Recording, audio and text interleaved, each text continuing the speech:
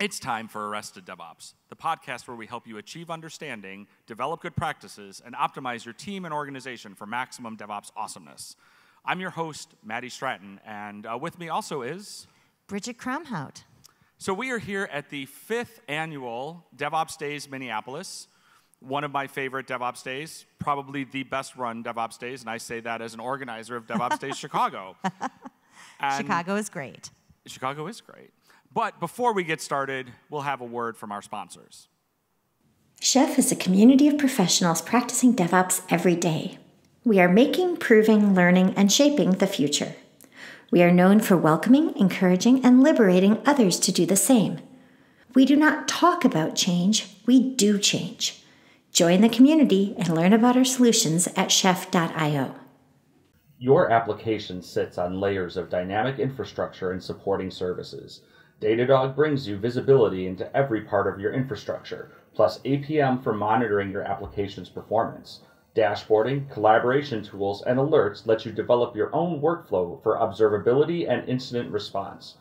Datadog integrates seamlessly with all of your apps and systems, from Slack to Amazon Web Services, so you can get visibility in minutes. Go to arresteddevops.com/Datadog to get started with Datadog and get a free t-shirt.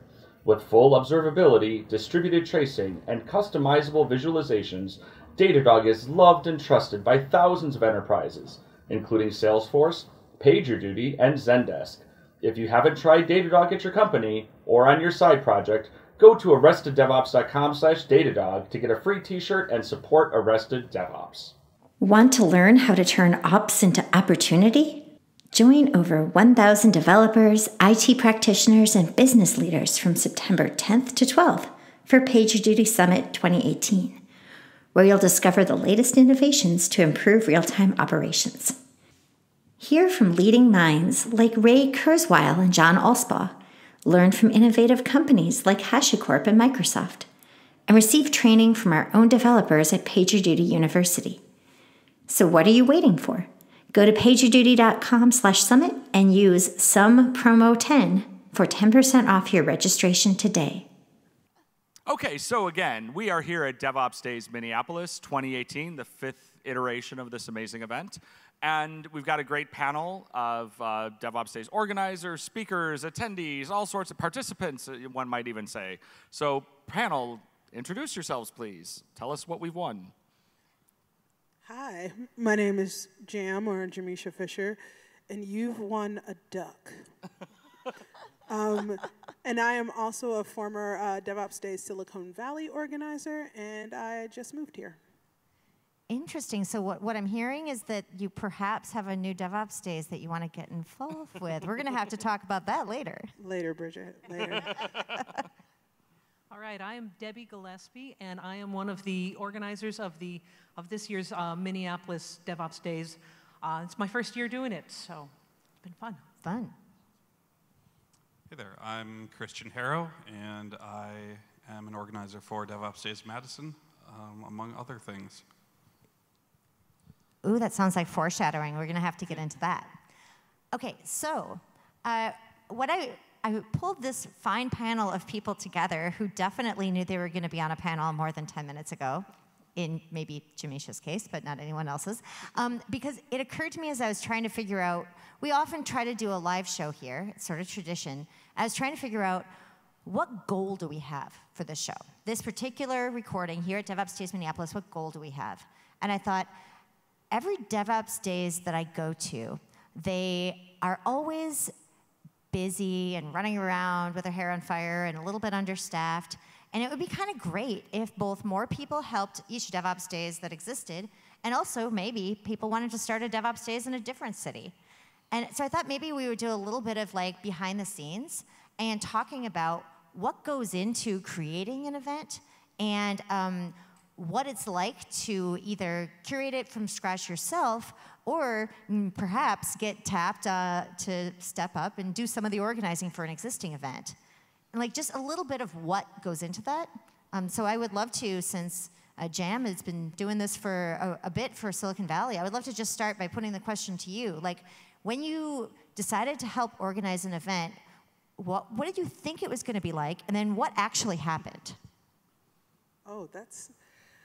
So basically, the story between me and Silicon Valley is I got pulled into Silicon Valley by another organizer, Jennifer Davis.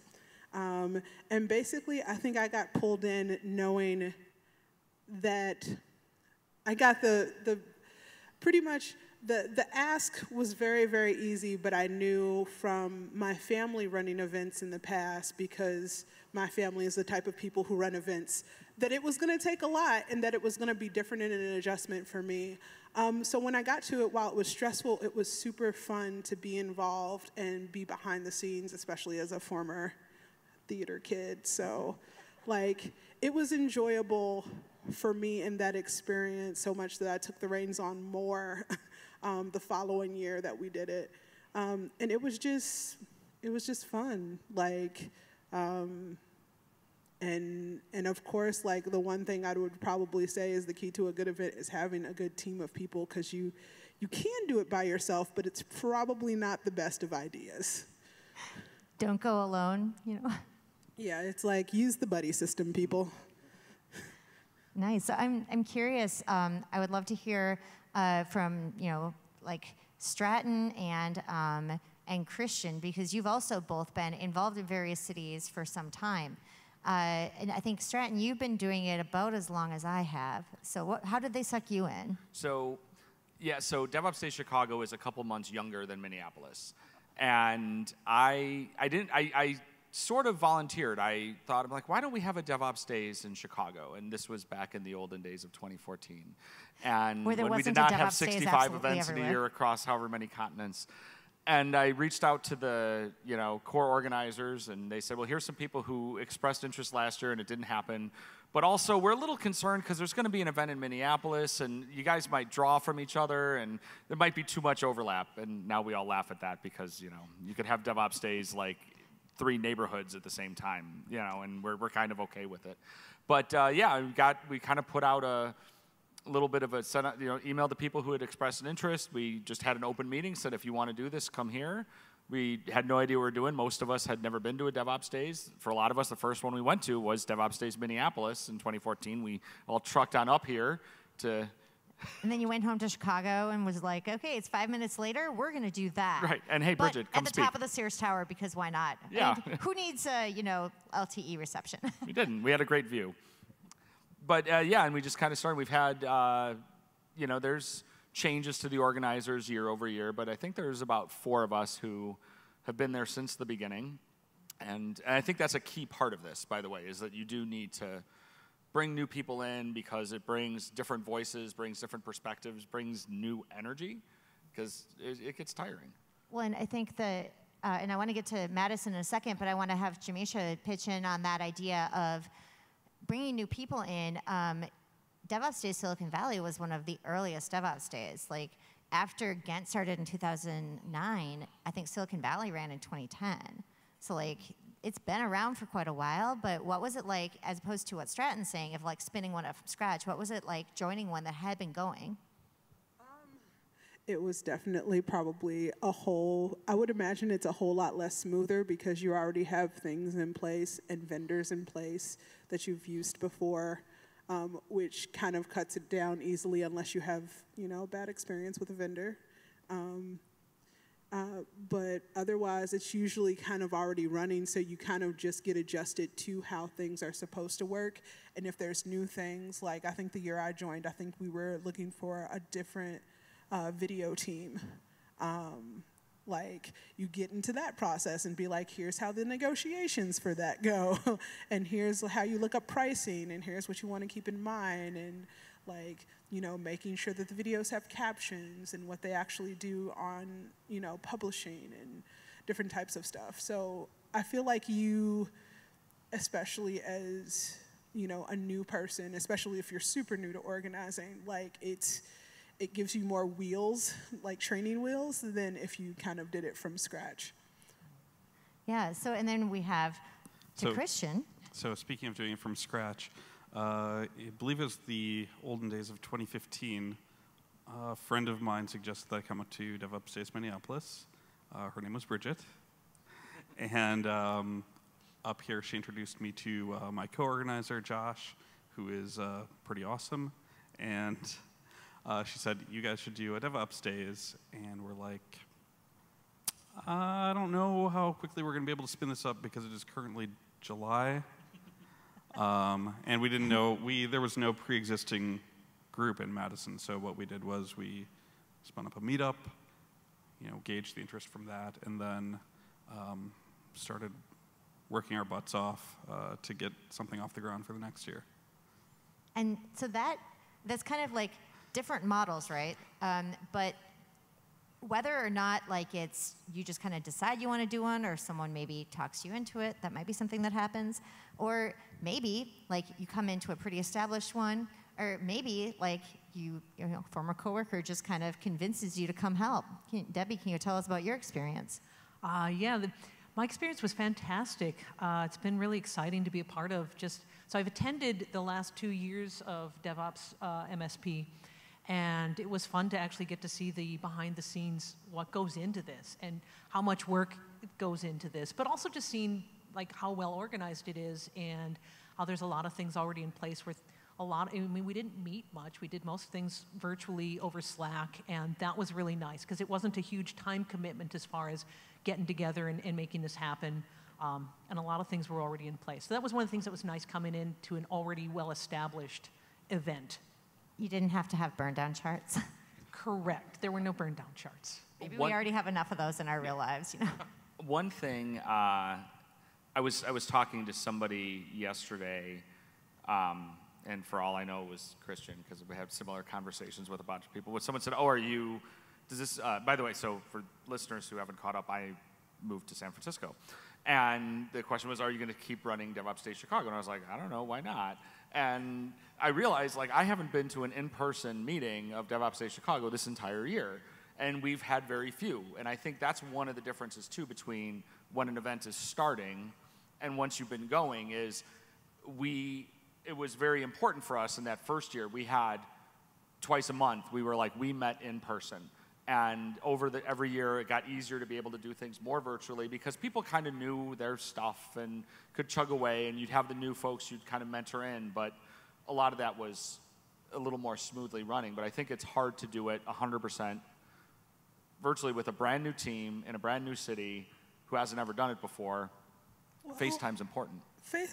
FaceTime is definitely, I feel like, important, but I think it's also important where you have that connection with other DevOps days. Like, I feel like the good thing that I love about DevOps days is that the core team is pretty well connected, and also, like, once you join a DevOps days, it's like a crew. Like, there was somebody visiting me this week who stopped in Minneapolis who is actually a DevOps days organizer in Portland. And of course, because we've both run conferences, it's like, hey, do you have any suggestions on stuff? But it's kind of cool to kind of have that camaraderie and also have that community with, beyond just the single city conference that you're running. Well, we try, but I think that there's things that aren't, I heard what you were saying about, it's good to have support, and then it's good if we all already know what we're doing and it runs like a smoothly running machine, but I am going to kind of say it doesn't always run like a smoothly running machine. Like, I was the worst single point of failure this year because I took a new job, which I love, at Microsoft, and it has more travel than my last year at Pivotal did, and it means that I would be too many tasks deep in the queue to think about the fact that maybe we hadn't ordered something that we should. And then there's some scrambling to order a replacement. So I think even whether it's conference organizing or in your, your job, places where you think everything's fine, it's still a good idea to check in with each other to see if it is fine. Because maybe we are just buried and don't have enough self-awareness to realize that, yeah, we probably need to get rush shipment on that now because we kind of missed the boat on ordering early. I just want to confirm that we have regular meetings. They're just not in person. We try to meet in person once a month. Right, and I'm saying that we kind of got complacent and figured we had it figured out and didn't really have regular meetings, and I was too much of a single point of failure. In Chicago, we called that 2015, I think. Yeah, that's definitely I feel like that's definitely sometimes the case, but then it's, again, that's where you still keeping the communication is key, and emails between those meetings as well. But, you know, that can get kind of stressful too. Like, there was definitely some points with me planning being like, oh man, what if I send this email wrong? Yeah, that was certainly one of the things that we learned early on was we didn't get, we just had the core team the first year. We didn't have any volunteers until about 2 days ahead of time. Josh is signaling 3 days ahead of time. Well, that's much more reasonable. We learned from that having volunteers is super handy. Like, it helped us offload so much that, you know, we just couldn't have enough bodies in one place. Yeah, it was helpful to be part of, we have our volunteers helping out with just the day of stuff. It was also helpful so I helped with the sponsor coordination, and there were times I couldn't keep up with everything just because I have a day job, and things are coming in. Sponsors are working their day job when they're contacting us, but it's not my day job to help with coordinating the sponsors for this event. So that was a challenge for me, and it was helpful to have more than one person trying to monitor that, because there'd be times I would also be traveling, and it's like, I can't get to this right now. That's definitely a challenge. Oh. And then I also think that the collective we, which is to say you and Sammy, did a good job of having day of volunteers for the sponsor stuff. Do you want to talk a little bit about how that worked? Yeah, so Sammy organized most of that, but it's been fantastic having them.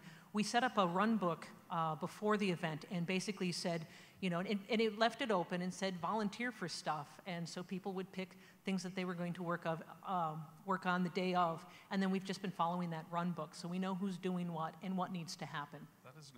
That is an incredibly good idea. Oh, yeah, and the kind of stuff is... Oh, yeah.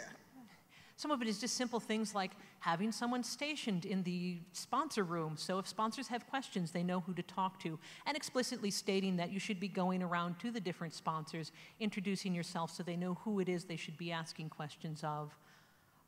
We learned that, I just want to say, with sponsors, one of the things that we did, this isn't with a volunteer, but we have an amazing sponsor coordinator in Chicago.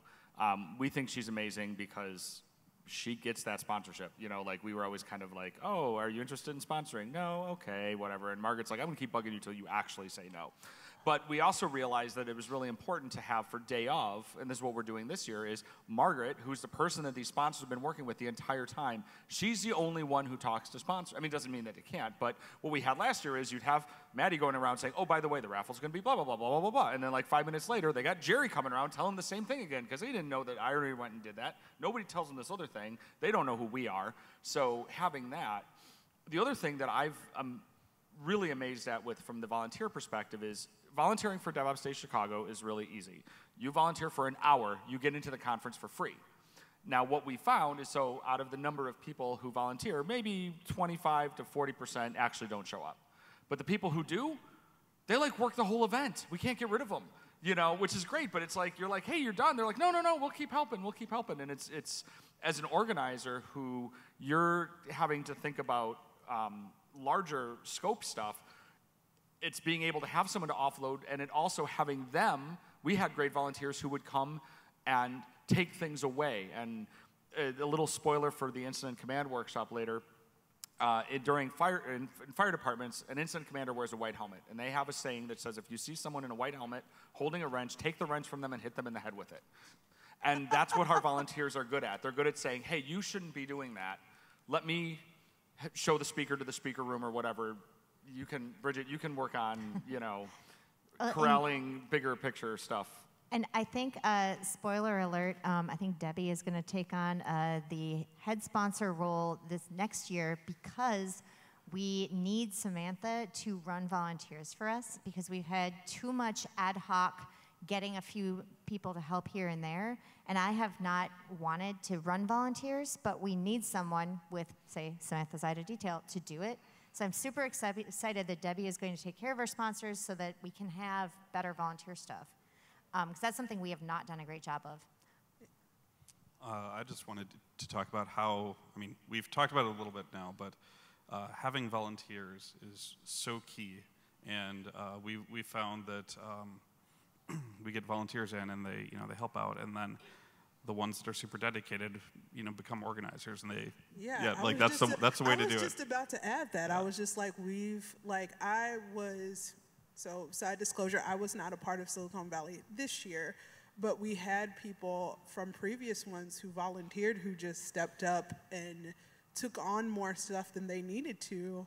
And we were just like, hey, you want to organize? And they were like, sure, absolutely.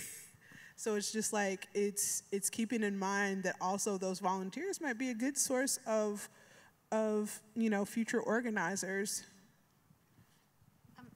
I wanted to talk a little bit too about the actual logistics of getting this sort of thing together. And I know Christian has a funny /sad lol sob story about just like even venue wrangling. I mean, it wasn't that bad. Yeah. So, Madison is a much smaller town than either Minneapolis or certainly than Chicago. And we don't really have too many venues that do this. We have, just a few hotels downtown. We have had a great experience at the place we've been, but it's a theater, or like the Civic Center of Madison.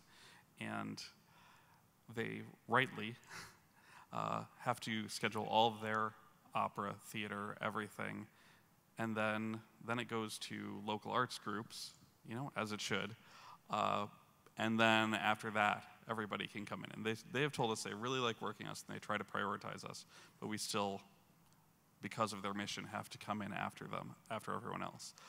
So it has been a struggle getting dates lined up, and Madison is actually not doing 2018 this year. We're pushing to spring of 2019 in order to get better dates, and also not have people necessarily need to experience November in Wisconsin, and maybe try out April or May, see if they like that.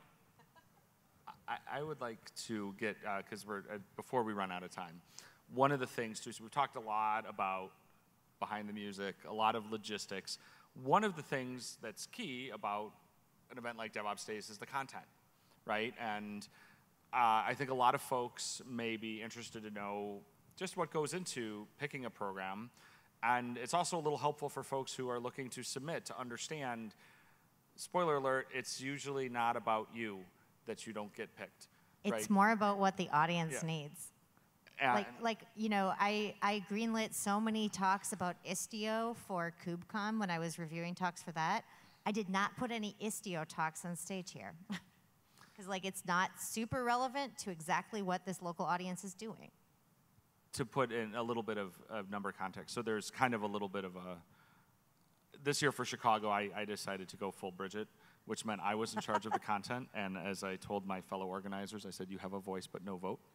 And the reason, and that sounds really mean and arrogant, but what we found is that when you choose these things by committee too much, you kind of end up bike shedding over a lot. It takes a very long time. The first year we did Devopsdays Chicago, we met for 3 hours, and we thought we were going to get through all of our selection. We got through picking about 4 of the 8 talks, forget about the ignites, and this was in person, and this was crazy. So it's kind of an interesting mix of invited talks, what you submitted from the community, from the CFPs, and I'm really proud of our program this year in Chicago. I've been proud of it every year. I should be clear. I'm not like, oh, it's better than the crap we used to put on. But hey, didn't I speak in Chicago once? You did. That was the first year when we really didn't know what we were doing, which Bridget can attest to from an AV perspective. I thought it was great, except for the lack of LTE. Right, I did not know you could be in a building, not an airport or an airplane, but a building that was out of LTE range. What? So so from perspective from the events that you've done, Jam, and from Christian, you've done in Madison, what are some of the things when you think about choosing content? What's some of that story like? Some of that story is, I think the thing is trying not to try to do differently every year. that's one big thing. I think one, when choosing and reviewing content, is try to make sure, hey, if we talked about this year, unless it's really relevant or they have a different spin on it, like, we probably shouldn't talk about this. If other conferences are talking about, like I think I remember one year where everybody was just obsessed with Docker, and I was just like, okay, unless it's a new spin on it, like, we've talked about Docker and how-tos over and over again, like. That was 2015, right? Yeah, and then the other one that, you know, you have to watch for but can get really sneaky at times is when you have the presentation that's actually a sales pitch. It annoys me, it annoys other people. Please don't do it. Like, literally, there are so many other ways that you can name drop your product in the talk and it still be relevant and it still be like Devopsdays friendly and not turn into an hour-long sales pitch. PagerDuty. That was not a good way to do it. I mean, PagerDuty has done some stuff too, like, that are security relevant, has PagerDuty on the logo. Like, even I'm a little bit, like, even I've done it where I've given a talk and it has included a demo of my product, but it wasn't the focus of the talk. Like, and doing even CFPs and submitting something. I remember one time my company did try to submit a talk for me, didn't know about it, and then they ended up getting a response back from people saying, this is too sales pitchy. If, like, and we know this person, so can you have them submit it? Because this sounds like a sales pitch. This does not sound like them. So, like, being genuine, like, if it is sales pitchy, it's not gonna go anywhere. You can just thinking about my time before PagerDuty, this is still true, but I gave lots of talks and never was selling Chef. But there's little sneaky things you do, and they're not to be sneaky, but it's stuff like, hey, I'm Matt, I work at Chef, now let's talk about some DevOps. And you're like, oh, you work at Chef. And I might use Chef to illustrate a point because, hey, that might be the best way I know how to show it. But it doesn't mean that I'm up there doing my demo like I do for prospects. Right. Yeah, exactly. Like, here's how this will fix all your problems. And it's like, no, like, no. Yeah, don't do like, that. I work at Microsoft. They issued me a Mac, and my job is to get people to use Linux on Azure, from which we can conclude that 2018 is weird. So weird. But it's weird, all right? But when I'm doing Kubernetes workshops, I say, I work at Microsoft. They very kindly provided a bunch of free Linux instances on Azure for me to run this open source workshop for you. That is the last you're going to hear of Microsoft. And like, that's the, then the workshop is all of the stuff on container.training. And I think it's important when, back to the picking of content, when I'm putting a workshop pitch together, like, hey, I'm submitting this to a conference, it's really useful for people to be able to tell that you've thought through the fact that, yeah, you work at a vendor, but this is what the content's going to be, and this is not a product pitch. Like, it helps the organizers if they see that, yeah, they work at a vendor, but they also understand that. Showing that awareness is what gets you further. And it's also just good, like, developer relations if you're not just all about your product 24/7. Like, if you're just about the technical aspects or about the relevancy of the conference first, then that is more important with building relationships, especially if you're also sponsoring the conference. Like, you don't want people to be like, oh man, that person, like, I just got 2 of these. Absolutely. Getting back to logistics of selecting talks, I know that, again, I'm coming back to this because Madison is significantly smaller than Minneapolis and Chicago, and if people want the awesome Minneapolis or awesome Chicago experience, they can go there. And Madison has every tech community has its own what it needs to know or what the people are interested in. So we have kind of gone through and we did the whole meeting in person and have a spreadsheet and everything, and it's worked well enough for us, sort of. But so agreed, having a single vision of what the conference is going to be tracking down is nice, but we've also found, I think, that Madison needs a different set of talks, a different set of whatever, and than one of the other larger conferences. And so getting to see that and figure out what the community is looking for is really fascinating. Yeah, I think that's super key, right? Because every single community has slightly different enterprises there, has slightly different nonprofits there, it has slightly different academic communities and government communities. Like every community is going to be a little bit different. Obviously, there are commonalities, but making sure that as a local DevOps Days organizer, you're curating things that are specific to your community is pretty important. And that applies to the sponsor wrangling too, right? Because what kind of local sponsors, were you dealing with here that weren't necessarily at every DevOps Days, but they were here? Target, for one. Target's a Right? big one. Optum. I'm trying to think who. Merrill, SPS Commerce. Yes, SBS is another one, and Yeah. I mean they're very involved in the tech community, and Cargill. I assure you, Cargill does not sponsor every DevOps Days. They are not a vendor in the space, but they very much would like to hire all of you.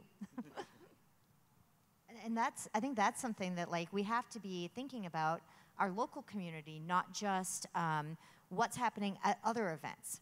Like the employers in Madison are not the same as the employers in Chicago, are not the same as the employers in Minnesota. And with that, I think it's kind of funny that only two of us, only the Minneapolis ones on the stage, are the local organizers who actually, we live in Minneapolis. We run DevOps Days Minneapolis. Stratton, tell us what's up with you. Yeah, so I'm in progress of moving cross country. So I moved to San Francisco on Saturday. My stuff will be there in a couple weeks.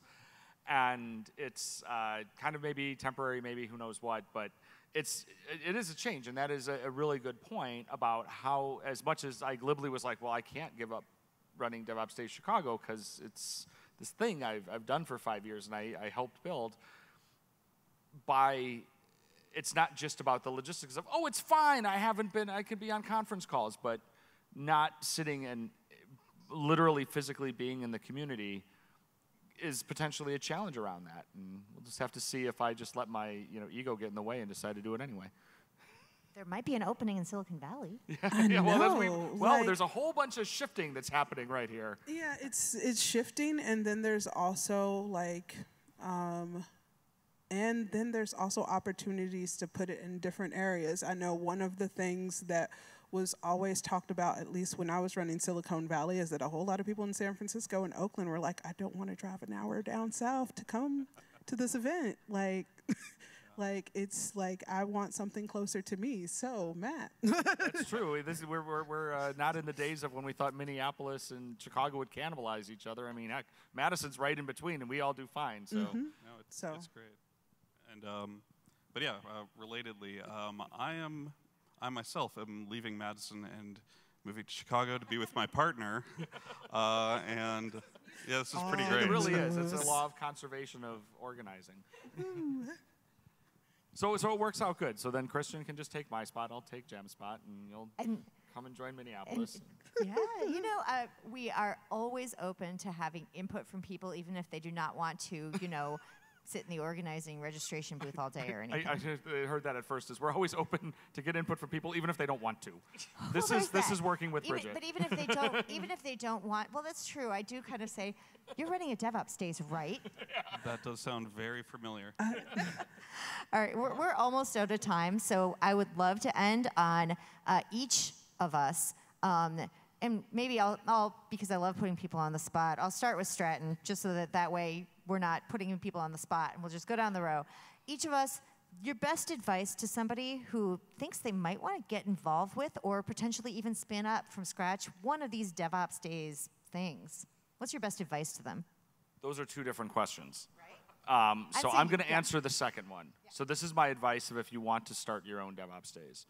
I will quote the great Nathan Harvey, and I will say don't, which is usually, but in all seriousness, if you're going to start your own DevOps Days, do not reinvent the wheel.